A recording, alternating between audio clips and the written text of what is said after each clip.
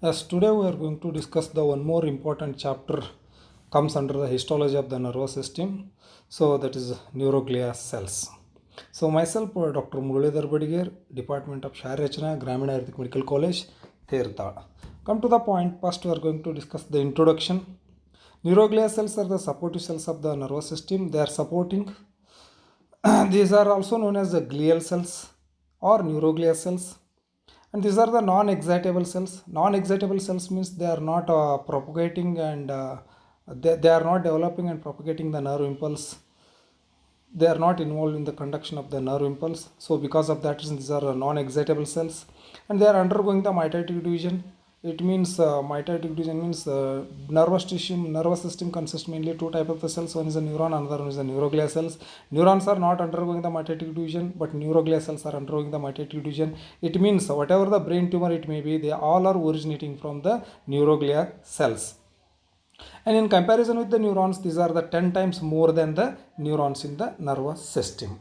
So before going to start the topic, first we want to define the neuroglia cells. What is the neuroglia cells?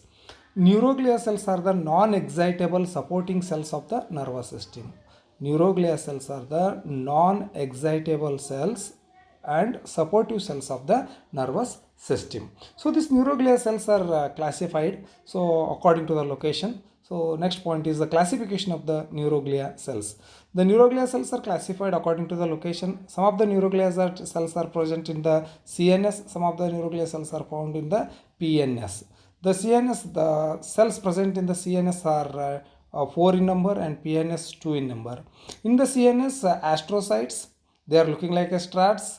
Oligodendrocytes means the cell projections are less in number. Microglia means they are small in size. Ependymal cells, they are lining the ventricles. And in the PNS and peripheral nervous system, satellite cells and Schwann cells. So we'll discuss one by one in detail. The first one is the astrocytes. The word itself gives the idea they are star-shaped cell. They are abundant, mean the more number in the central nervous system. So these astrocytes are two types. One is a protoplasmic astrocytes, another one is the fibrous astrocytes. See, the astrocytes are the projections, these are called process.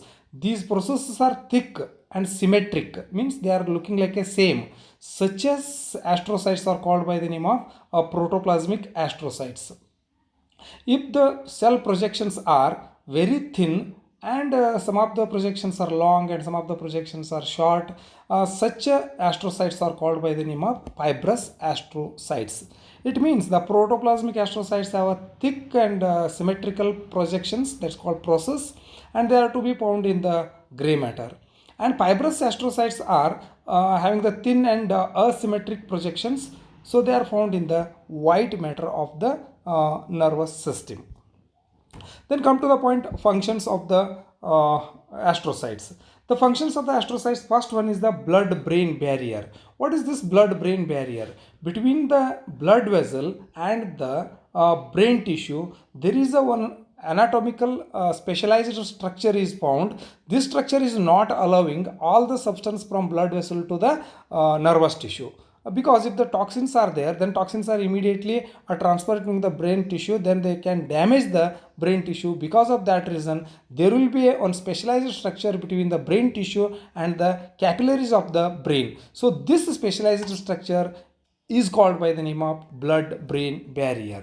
So second function of this one is astrocyte is uptake the neurotransmitters like GABA, glutamate in the synapse. Reuptake of the neurotransmitters like GABA, glutamate in the synapses. For example, this is a one neuron, this is another neuron. Action potential is coming here and hitting to the this, especially neurotransmitters are released and action potential transporting from one neuron to another neuron. But what happened to these neurotransmitters? Usually neurotransmitters are reuptaken usually, but especially this GABA and glutamate in the central nervous system, they are entered inside the presynaptic neuron by the help of these astrocytes. Because of that reason, reuptake of neurotransmitters like GABA, glutamate in the synapses is done by astrocyte. And next, another function of the astrocytes is to maintain the low extracellular K plus ions. So usually inside the cell K plus ions are more and outside the cell K plus ions are less. So this configuration helps for the nerve impulse propagation.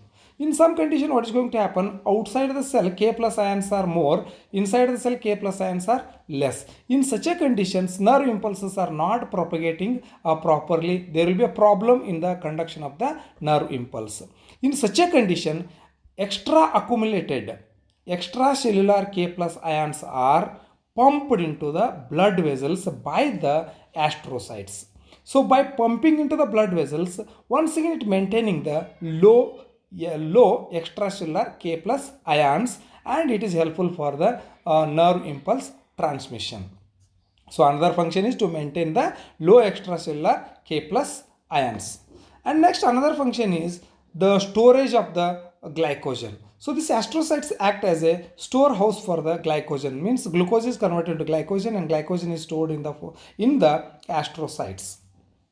And another function of the astrocytes is also nutrition. For example, this is the astrocytes. One end of the astrocyte is connecting to the blood vessels, another end is connecting to the neuron. In such a condition, it will help for the transportation of the nutrients from the blood vessel to the neurons. So like this, these are doing the functions.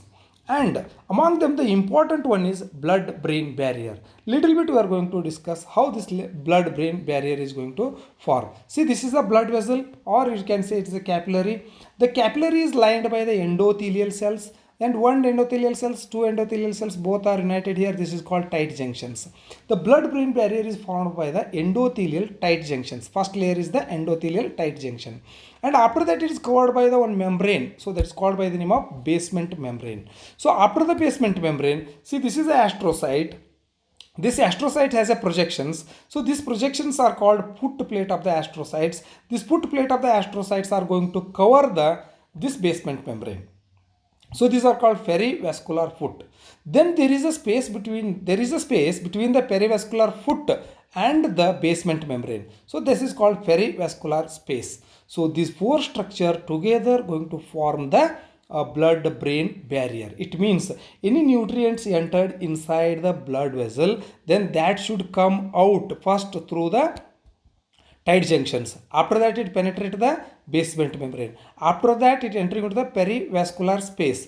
Then it is coming outside between the foot plate of the this astrocytes. So like this, layer wise substances are penetrating, or substances are passing from intravascular to the extravascular area, that is supplying to the nutrition. You can see in the picture. See, this is the astrocytes, this is a blood vessel, it has a foot plate, between the foot plate there is a gap. So this gap along with the blood vessel wall or capillary wall create the barrier that is called blood-brain barrier.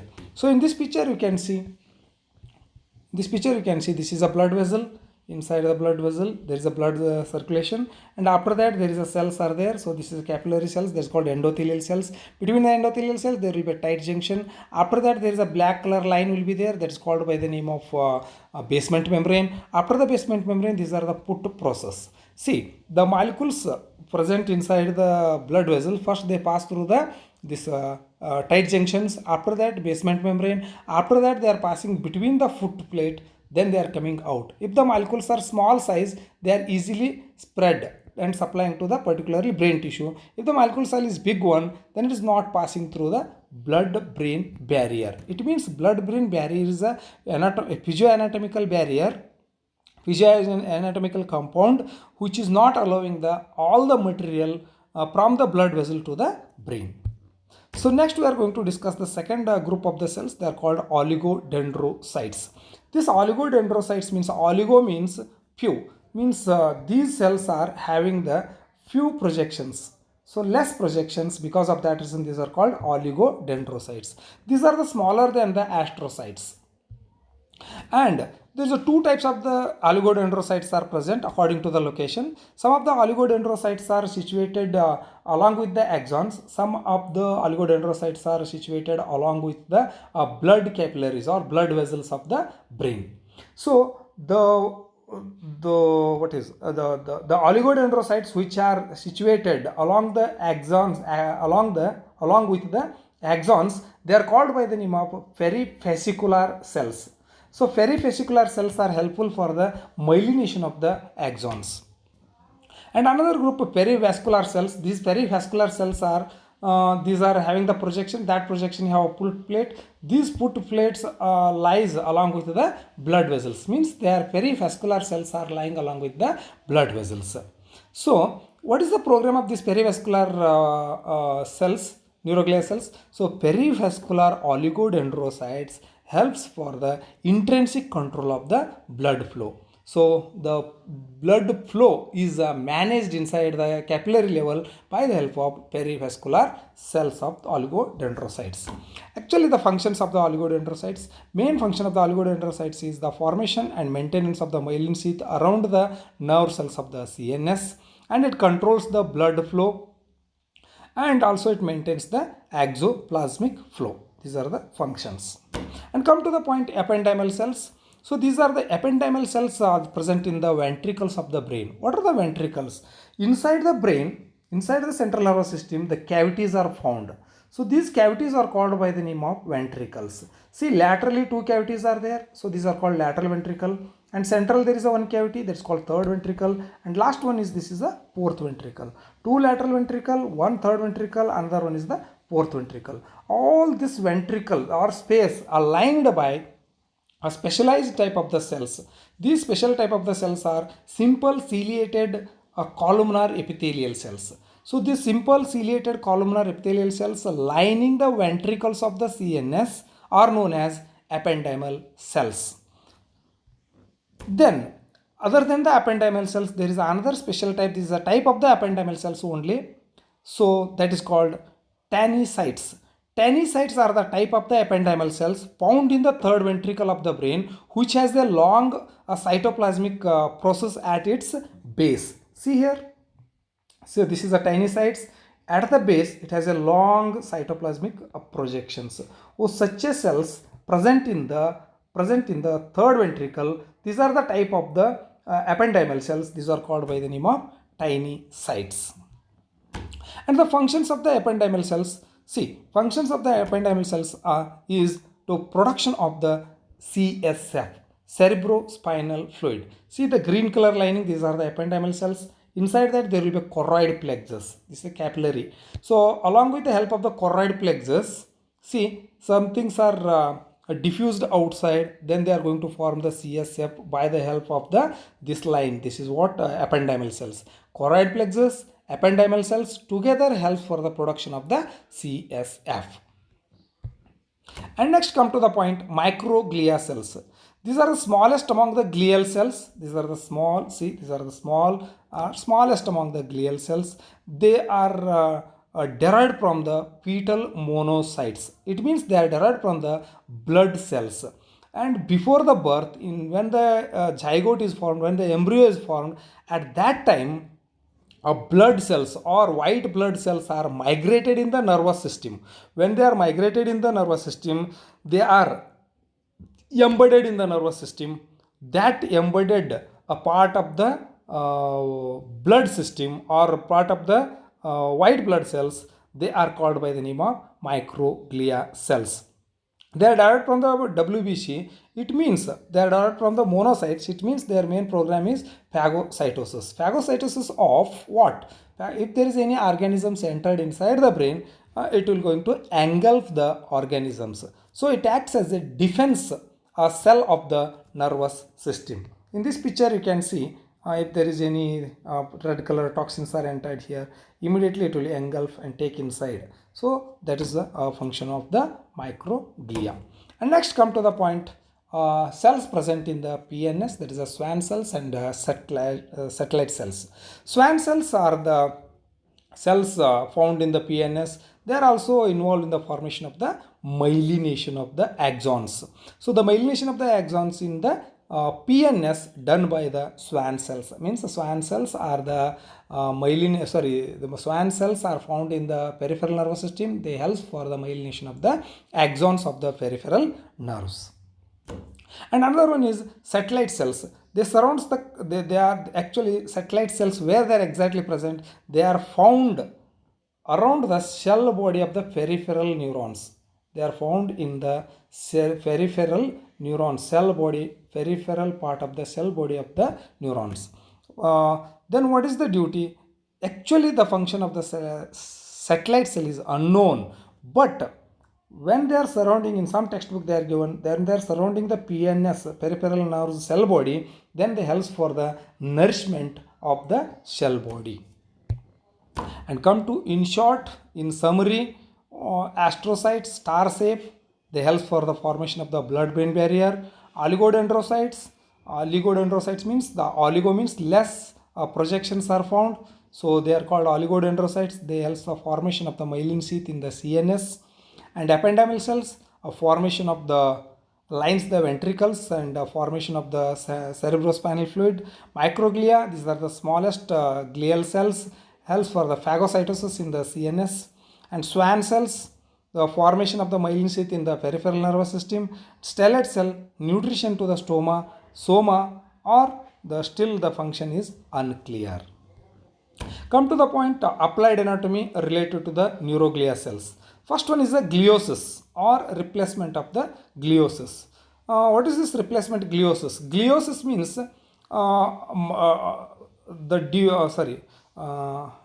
by the help of the mitotic division, the new glial cells are going to form.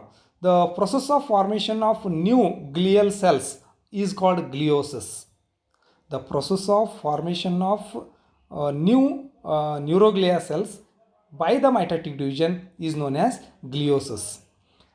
What is this exactly, the gliosis, when the gliosis is going to take place? For example, due to the injury to the brain or injury to the nervous system, neurons are damaged. If the neurons are damaged, neurons are not undergoing the mitotic division. That damaged neurons are replaced by the neuroglia cells, by the gliosis mechanism. So that is called by the name of replacement gliosis. After the damage to the neurons, damaged neurons are replaced by the neuroglia cells by the gliosis mechanism. So that is called by the name of replacement gliosis. Next, come to the point, brain tumors are originating from neuroglia cells, no doubt. So tumors of the neuroglia cells are known as glioma. Whatever the tumors are occurred in the brain, so that all the originating from the neuroglia cells are called by the name of glioma. And most 90% glioma, almost all the gliomas are malignant in nature or cancerous in nature.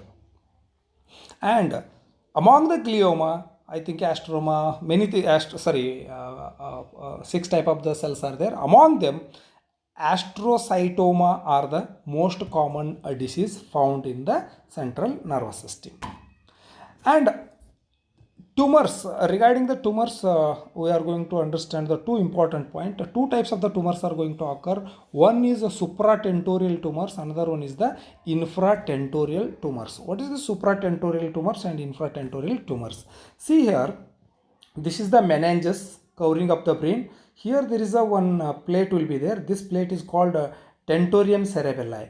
Above this plate, whatever the structure is there, this is called supratentorial. Below this tentorium, whatever the structures are there, this is called infratentorial. Usually in the supratentorial, what will be there? Cerebrum will be there. In the infratentorial, cerebellum and the brainstem are the structures. In this picture, you can put the line.